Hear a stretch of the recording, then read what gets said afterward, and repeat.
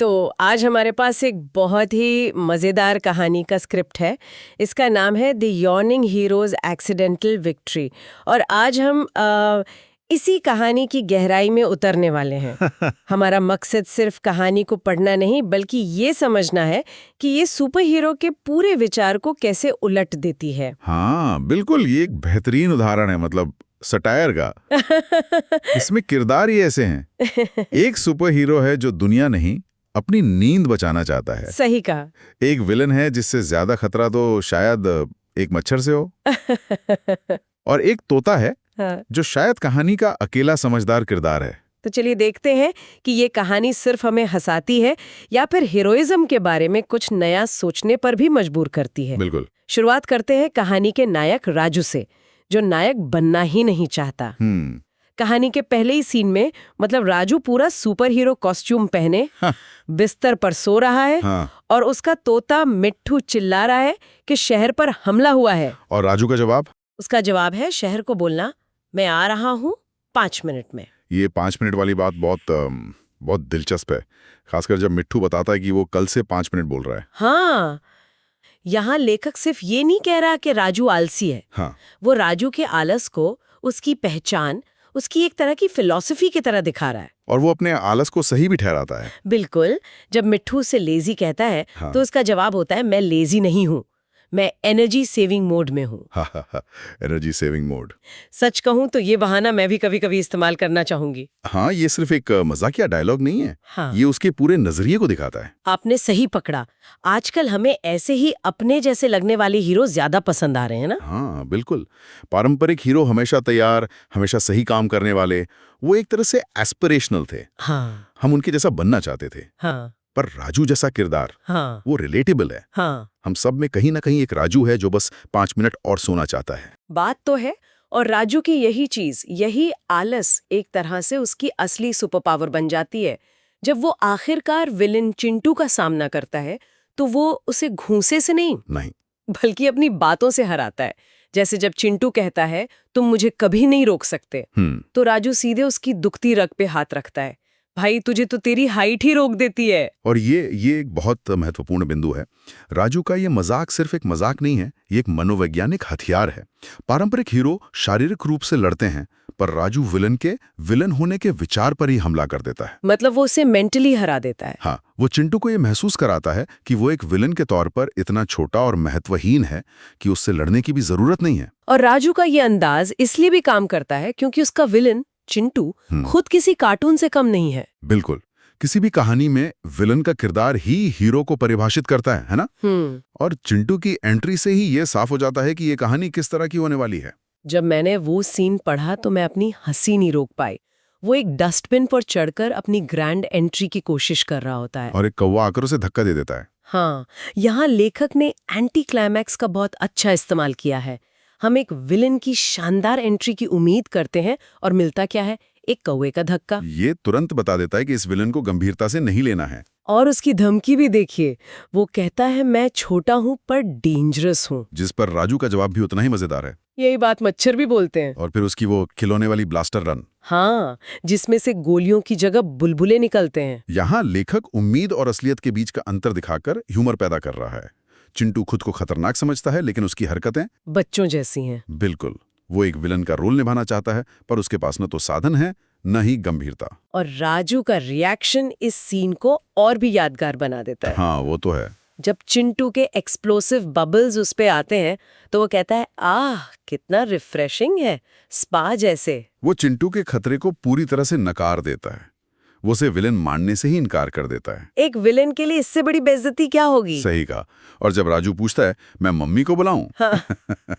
वो चिंटू को super villain के दर्जे से गिराकर एक जिद्दी बच्चे के स्तर पर ले आता है। तो चिंटू की हार किसी बड़ी लड़ाई में नहीं होती। नहीं, उसकी हार इसी बात में हो जाती है कि उसे कोई गंभीरता से नहीं लेता। ऐसे विलेन को देखकर तो किसी का भी एक्शन करने का मन ही नहीं करेगा।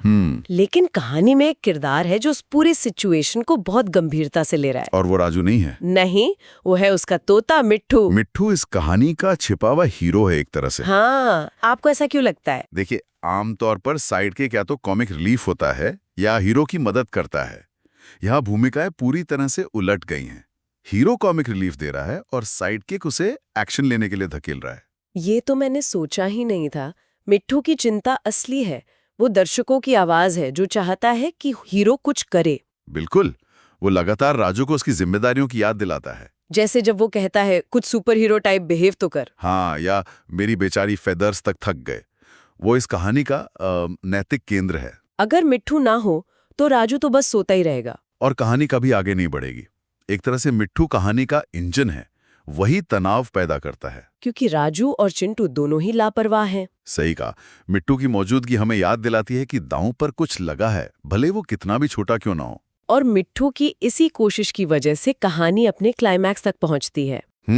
जब राजू उन बुलबुलों का मजा ले रहा होता है तो मिट्ठू ही चीखता है, राजू कुछ तो हीरोइक कर। और इसी के बाद कहानी का सबसे यादगार पल आता है। हाँ, वो पल जहां पूरी कहानी का सार छुपा है। मिट्ठू की गुहार सुनकर राजू कुछ हीरोइक करने का फैसला करता है। पर वो कोई सुपर पंच नहीं मारता, कोई लेजर बीम नहीं छोड़ता। नहीं, वो बस एक जोरदार जम्हाई लेता है। ये इस कहानी का जीनियस मोमेंट है। जम्हाई, जो आलस और बोरियत का सबसे बड़ा प्रतीक है, वही यहाँ सबसे शक्तिशाली हथियार बन जाती है। ये अपने आप में एक जबरदस्त व्यंग्य है ना? बहुत जबरदस्त। और वो जम्हाई इतनी ताकतवर होती है कि चिंटू हवा में उड़ जाता है। ये जीत किसी योजना, किसी हुनर या किसी मेहनत का नतीजा नहीं है। नहीं, ये बस हो जाता है। ये इस विचार पर चोट करती है कि सफलता के लिए हमेशा बड़े और नाटकीय एक्शन की जरूरत होती है। और उस सीन की सबसे अच्छी डिटेल तो कुछ और ही है। वो समोसे वाली बात। हाँ, जब चिंटू हवा में उड़ते हुए चिल्लाता है, ओए तेरी यौन से समोसे की स्मेल क्यों आ रही है। ये छोटी सी बात उस एपिक पल को भी एक मजेदार घरेलू एहसास देती है। ये हमें बताती है कि हमारा हीरो लड़ाई से ठीक पहले समोसे खा रहा होगा। वो समोसे की गंध वाली बात पूरे सीन को बेतुकेपन की ऊंचाई पर ले जाती है। ये जीत को और भी आकस्मिक बना देती है। और कहानी का अंत भी उतना ही शानदार है। जब मिट्ठू कहता है कि तुमने शहर बचा लिया, तो राजू इसका पूरा क्रेडिट ले लेता है। हाँ, वो कहता है देखा सब 5 मिनट में हो जाता है। वो अपनी आकस्मिक जीत को अपने आलसी नजरिए को सही साबित करने के लिए इस्तेमाल करता है। और जब मिट्ठू उसे टोकता है कि ये तो एक एक्सीडेंट था, तो राजू एक नया शब्द घड़ता है, हीरोइक एक्सीडेंट। ये लाइन, ये पूरी कहानी का निचोड़ है। हाँ, और ये इस बात पर भी सवाल उठाती है कि हीरो होने का मतलब क्या है। क्या बिना इरादे की गई कोई अच्छी हरकत किसी को हीरो बनाती है, या राजू बस भाग्यशाली है? वो अपनी गलती को एक फलसफे का नाम दे रहा है। और कहानी का अंत होता है राजू के खड़े खड़े ही सो जाने से। ये इस बात पर मोहर लगा देता है कि उसने कुछ नहीं सीखा, वो बदला नहीं है।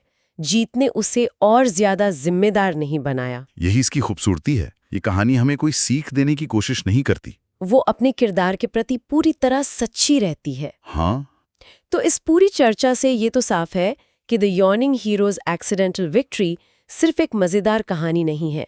ये सुपर हीरो जॉनरा की हर परंपरा को चुनौती देती है। यहाँ हीरो की सबसे बड़ी शक्ति उसका आलस है। विलेन कोई खतरा पैदा नहीं करता। और जीत मेहनत से नहीं बल्कि एक एक्सीडेंट से मिलती है। और ये हमें एक दिलचस्प सवाल पर सोचने के लिए छोड़ जाती है। क्या ये सुपर हीरो जॉनरा का एक मजाक तो है ही, पर क्या ये हमारी आज की दुनिया पर भी एक टिप्पणी है? हम सफलता और हीरोइज्म को हमेशा कड़ी मेहनत और योजना से जोड़कर देखते हैं। पर क्या असल जिंदगी में भी बड़ी बड़ी सफलताएं कभी-कभी ऐसे ही हीरोइक एक्सीडेंट का नतीजा नहीं होती? क्या हमेशा बड़े एक्शन और मेहनत की ही जरूरत होती है, या कभी-कभी बस सही समय पर एक जमाही लेना भी काफी होता है?